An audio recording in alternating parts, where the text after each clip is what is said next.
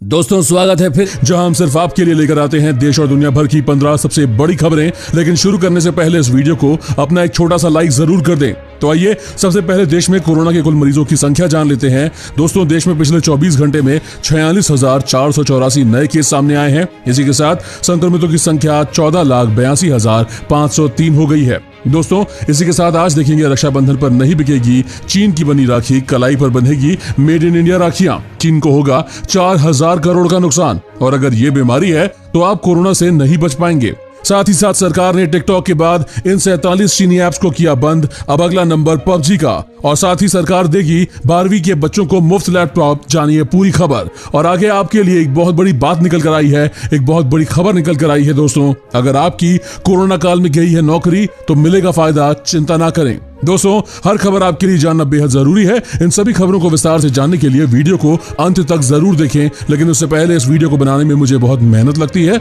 और इस मेहनत के लिए आप इस वीडियो को एक छोटा सा लाइक तो कर ही सकते हैं। तो चलिए बिना देरी करे लाइक का बटन जरूर दबाएं, और इसी के साथ फटाफट से ले चलते हैं आपको हमारी आज की पहली खबर की तरफ।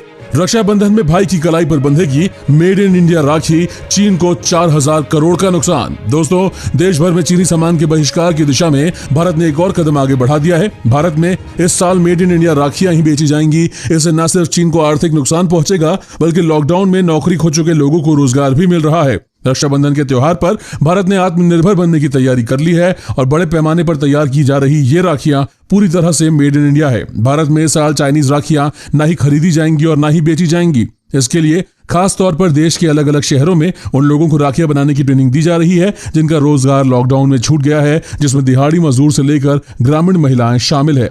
और अब जानिए, अगर ये बीमारी है तो कोरोना आपके लिए है जानलेवा, सतर्क रहें। दोस्तों, हेपेटाइटिस यानी लिवर से जुड़ी बीमारी से जूझ रहे हैं तो कोरोना का संक्रमण गंभीर रूप ले सकता है। ये चेतावनी अमेरिका की सबसे बड़ी स्वास्थ्य agency centre for disease control and prevention ने जारी की है। सीडीसी के मुताबिक ऐसे बुजुर्ग जो पहले से बीमार हैं और लिवर की बीमारी से जूझ रहे हैं, उन्हें विशेष सावधानी बरतने की जरूरत है। लिवर की इस बीमारी से दुनिया भर में हर साल 13 लाख मौतें हो रही है, और बारिश का मौसम चल रहा है और कोरोना का संक्रमण भी फैल रहा है। इसी मौसम में हेपेटाइटिस के वायरस का संक्रमण भी आसानी से होता है और उनका बचना काफी मुश्किल हो जाता है।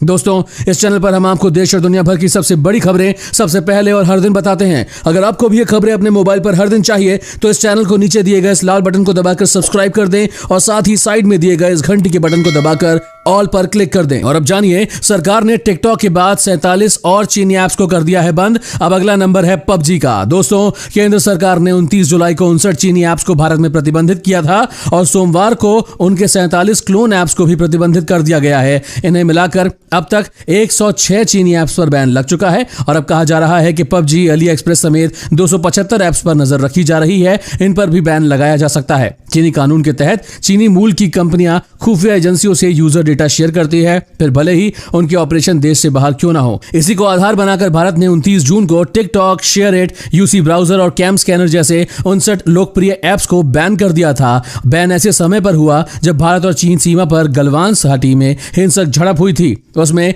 15 जून को 20 भारतीय जवान शहीद हुए थे, और आईटी एक्ट के सेक्शन 69A के तहत इन ऐप्स को बैन किया गया है। इनमें कुछ ऐप्स देश में सबसे ज्यादा डाउनलोड किए गए ऐप्स में शामिल थे। दोस्तों, टिकटॉक देश में फिर वापस आना चाहिए या नहीं, हमें अपना जवाब जरूर बताएं। और इस वीडियो को देखते रहिए दोस्तों, क्योंकि आगे आने वाला है अयोध्या में राम मंदिर के 2000 फीट नीचे जमीन में रखा जाएगा टाइम कैप्सूल। जानिए क्या है ये और इसका महत्व। उसके साथ ही जानिए, कोरोना काल में कई नौकरी तो मिलेगा फायदा, चिंता ना करें। दोस्तों, देश में तेजी से बढ़ते कोरोना का असर अब सरकारी कर्मचारियों की पेंशन पर भी पड़ने जा रहा है। ताजा खबर यह है कि केंद्र सरकार कोरोना काल में रिटायर होने वाले कर्मचारियों को प्रोविजनल पेंशन यानी कि अंतरिम पेंशन देगी। इस अंतरिम पेंशन का भुगतान तब तक किया जाता रहेगा जब तक कि सामान्य पेंशन का आदेश जारी नहीं हो जाता है और जरूरी औपचारिकताएं पूरी नहीं हो जाती। कार्मिक, लोक शिकायत व पेंशन मामलों के राज्य मंत्री जितेंद्र सिंह ने ये जानकारी दी। उन्होंने बताया कि सरकार ने रिटायर होने वाले कर्मचारियों की सुविधा के लिए यह फैसला किया है। जितेंद्र सिंह ने आगे कहा कि केंद्रीय सशस्त्र पुलिस बल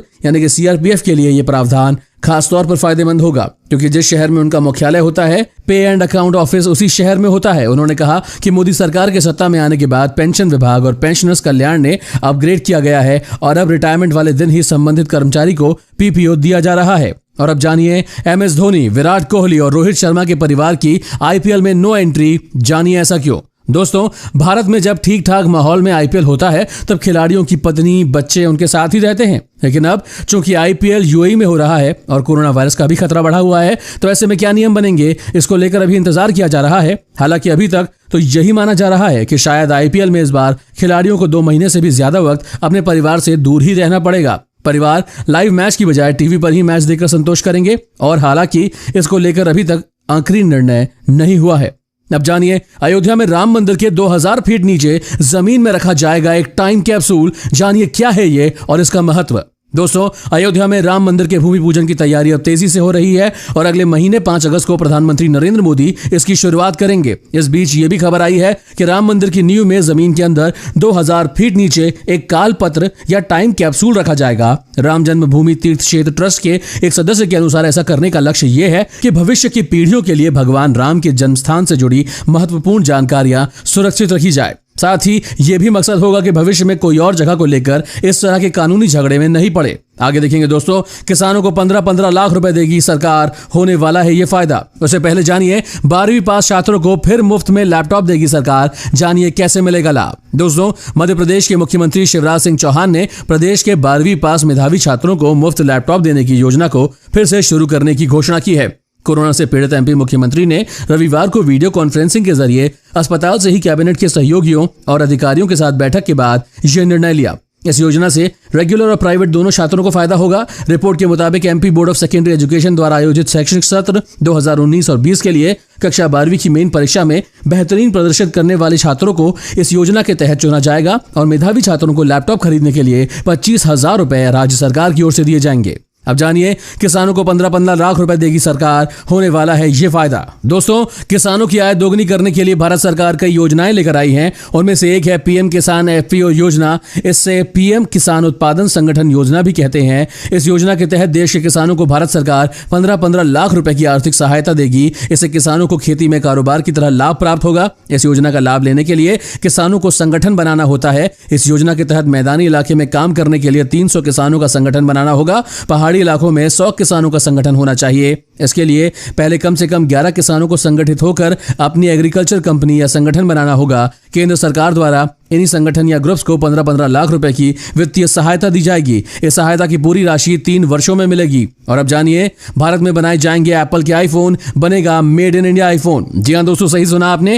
एप्पल के आईफोन के हिंदुस्तान में निर्माण को लेकर बहुत ज्यादा वर्षों से चर्चा हो रही है और आईफोन के कई सारे मॉडल्स हिंदुस्तान में बन भी रहे हैं, जिनका निर्माण फॉक्सकॉन व विस्ट्रॉन कॉर्प कर रही है। हालांकि अभी तक हिंदुस्तान में आईफोन 11 का निर्माण नहीं हो रहा था, लेकिन अब कॉमर्स एंड इंडस्ट्री मंत्री पीयूष गोयल ने बोला है कि आईफोन 11 का निर्माण जल्द ही हिंदुस्तान में प्रारंभ होगा। पीयूष गोयल ने शुक्रवार को ट्वीट करते हुए कहा, मेक इन इंडिया को जरूरी बढ़ावा। एप्पल ने हिंदुस्तान में आईफोन 11 का निर्माण प्रारंभ कर दिया है। हिंदुस्तान में एप्पल के आईफोन का निर्माण पहले से फॉक्सकॉन तमिलनाडु के प्लांट में कर रही थी। वे अपने प्लांट को अब विस्तार देने के लिए कंपनी ने हाल ही में हिंदुस्तान में $1 बिलियन यानी तकरीबन 7,500 करोड़ रुपए निवेश करने की घोषणा की है। दोस्तों, 1 अगस्त से सस्ता हो जाएगा कार या बाइक खरीदना। इन नियमों में हुआ बड़ा बदलाव। 1 अगस्त से कार और 2 व्हीलर इंश्योरेंस से जुड़े नियम बदलने जा रहे हैं। भारतीय बीमा विकास व नियामक प्राधिकरण के निर्देशों के अनुसार 1 अगस्त से गाड़ी खरीदते समय कार के लिए 3 साल का और 2 व्हीलर के लिए 5 साल का थर्ड पार्टी कवर लेना जरूरी नहीं रहेगा। इरडा ने जून में long term package third party और ऑन डैमेज इंश्योरेंस पॉलिसी के नियम को वापस ले लिया है। इरडा ने कहा कि इसके कारण गाड़ियों की कीमत बढ़ जाती है, इससे गाड़ी लेना मुश्किल हो जाता है। एडा ने जून महीने में मौजूद लॉन्ग टर्म पैकेज कवर की समीक्षा की। इसके बाद उसने 1 अगस्त 2020 से नई कारों के लिए 3 साल और 2 व्हीलर के लिए 5 साल के थर्ड पार्टी और ओन डैमेज कवर लेने के फैसले को वापस लिया। इससे लोगों को अब गाड़ी और बाइक लेने में परेशानियां नहीं आएंगी और रेट भी कम पड़ेंगे। एसबीआई में 3850 अधिकारियों की भर्ती, 10वीं 12वीं पास भी करे आवेदन। दोस्तों, स्टेट बैंक ऑफ इंडिया यानी कि एसबीआई ने सर्किल बेस्ड ऑफिसर के 3850 पदों पर भर्ती के लिए नोटिफिकेशन जारी किया है। एसबीआई बैंक में नौकरी करने की इच्छा रखने वाले अभ्यर्थी अपना ऑनलाइन आवेदन 16 अगस्त 2020 के पहले सबमिट कर सकते हैं। ऑनलाइन आवेदन प्रारंभ होने की तारीख 27 जुलाई 2020 है और आवेदन बंद होने की तारीख 16 अगस्त 2020। आवेदन करने के लिए 10वीं या 12वीं पास होना जरूरी है। आवेदन करने के लिए एसबीआई की आधिकारिक वेबसाइट पर जाएं। दोस्तों, आज की खबरों में बस इतना ही। अगर आपको भी ये खबरें अपने मोबाइल पर हर दिन चाहिए तो इस चैनल को नीचे दिए गए इस लाल बटन को दबाकर सब्सक्राइब कर दें और साथ ही साइड में दिए गए इस घंटी के बटन को दबाकर ऑल पर क्लिक कर दें। धन्यवाद।